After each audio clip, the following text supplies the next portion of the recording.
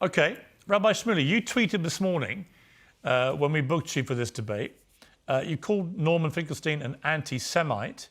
You said, "You have my word that, God willing, I will digitally decapitate, digitally disembowel, and digitally destroy him." Do you think that was the right kind of rhetoric before you try and debate such a serious matter? First of all, thank you for having me back, Piers. It's nice to see you. And Norm, I hope you don't mind if I call you Norm. You can please call me Shmuley. Norman Finkelstein is on the show for only one reason. If the journalistic idiom that Jews are news is true, because Israel's this big, it gets this much attention, then how much more so Jewish anti-Semites get the brightest headlights. Norman Finkelstein is the foremost Jewish anti-Semite on planet Earth. He actually attacked his own parents, whose only crime was to be Jewish. Their entire family was annihilated in Warsaw. They're not victims. They hated Germans and wanted them dead. He didn't think to himself, maybe my parents wanted the Germans to suffer to stop the war, to break the will of the German people, to stop murdering, gassing 10,000 Jews per day. His hatred of the Jewish people has extended even to his own family. He calls Israel a satanic state that comes from the boils of hell. He calls it a vandal state. He said that the 15 people murdered in the Charlie Hebdo massacres, he has no sympathy for them whatsoever. But this is the most telling thing of all, and you discussed this the last time. He said, on October 7th, hours after the massacre of 1,200 Jews started, he wrote, "It warms every fiber of my soul to see the children of Gaza smiling as their arrogant Jewish supremacists that have been humbled. The stars above in heaven are looking down. Glory, glory, hallelujah." Let's just go through this. 400 women shot in the genitals, their breasts cut off as terrorists played with their bloody breasts like a football. Glory, hallelujah.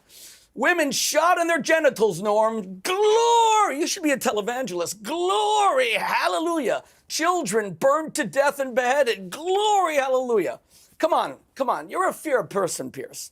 This is exactly what your friend Douglas Murray said, because he refuses to debate Norman Finkelstein. He called him a sociopath.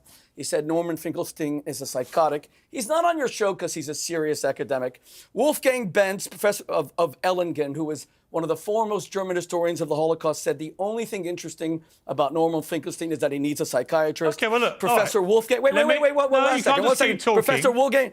I want to just ask you this, though. You see, it's interesting. Norman Finkelstein gave I thought, a pretty measured argument in response to my first question.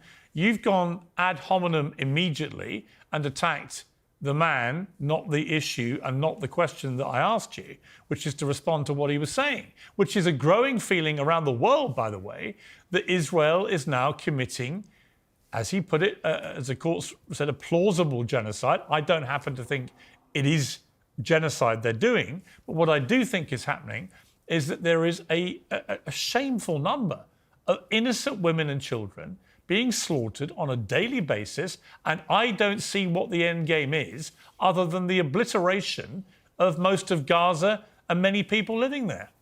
So to answer that point, so let me answer your question directly. First of all, when you quote President Lula of Brazil, he is a criminal who served in jail for corruption. He has zero credibility. He also knows nothing about history. 10,000 Jews were gassed a day for 4 years after the Wannsee Conference in January 1942. To compare that to Gaza is an abomination. Secondly, Norman Finkelstein is a liar. The International Court of Justice specifically said that Israel is not committing a genocide. So when you tell me, why do I go after ad hominem? I'm questioning his academic credentials. He just lied on international TV. South Africa sued to get the ICJ to declare that Israel's committing a genocide, and they said they're not committing a genocide, and they said they would not stop the Israeli offensive. That is a straight-out lie and fabrication. All right, if you're going to call... hang on. No, if you're going to call him a liar, amongst other things you've called him, I'm going to go back to Norman Finkelstein and get him to respond to that. Would you like me to respond now? Yes, please, yeah. I think it's only reasonable you should, yeah. Well, I'm not sure what was the purpose to inviting either me or Mr. Shmuley to this program, because obviously we are on two entirely different wavelengths. Mr. Shmuley is in the business, which is not surprising, of character assassination. He's in the business of libel. That's his job, because where he have to confront the facts, he would be in a very difficult situation. So let me make one clarification.